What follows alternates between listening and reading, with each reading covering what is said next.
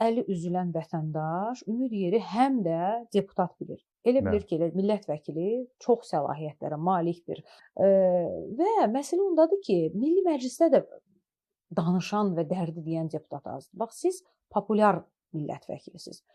Cəmaət üçün əlçatansınız. Hamının, sanki mən bunu yeni vətəndaş olaraq deyirəm, amma hamının düşüncəsində bu var ki, problem olsa, məsələn, 2-3 deputat adı çəkilirsə, onlardan biri də sizsiniz.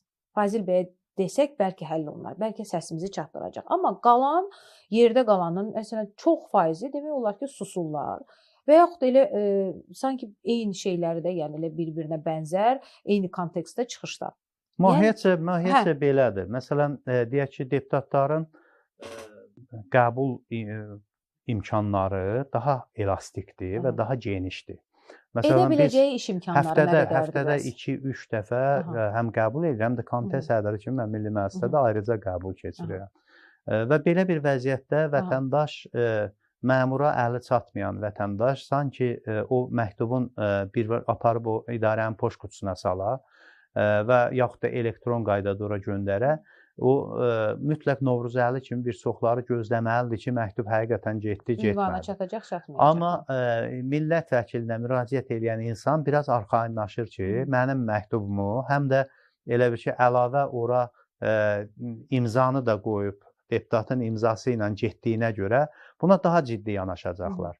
Əslində, burada bir haqlı bir düşüncə də var. Çünki vətəndaşı olan münasibətdən daha çox qanunvericiliyin imkan verdiyi, tələb elədiyi müəyyən bir prosedurlar var. Deputatın göndərdiyi hər hansı bir sorğuya, hər hansı bir ərziyə, şikayətə operativ cavab verilməlidir, yazılı cavab verilməlidir. Və hər məktubun da altında biz yazırıq ki, bizə və şikayətçiyə cavab verməyinizi xahiş edirik. Yəni, bu önəmlidir ki, həm bizə eyni məktub gəlir, həm şikayətçiyə məktub gəlir. Amma burada əsas məsələ problemlərin həll olunmasında çətinliklərdir. Çətinliklər də əslində deputatın da kifayət qədər səlahiyyəti var. Söhbət qurumlardan gedir. Məsələn, deyək ki, bizdə olan bir çox fəaliyyət sahələri ən yaxın ölkələrdə, İranda, Türkiyədə, başqa yerlərdə hamısında bələdiyyələrə aiddir. Bələdiyyə yerli yükü tamamilə götürmüş vəziyyətdədir. Artıq yerdə hansısa bir su, kanalizasiya, nə bilim, işıq, qaz, hansısa bir problem varsa, nəqliyyat problemi varsa, o artıq millət vəkilinin probleminə çevrilmir.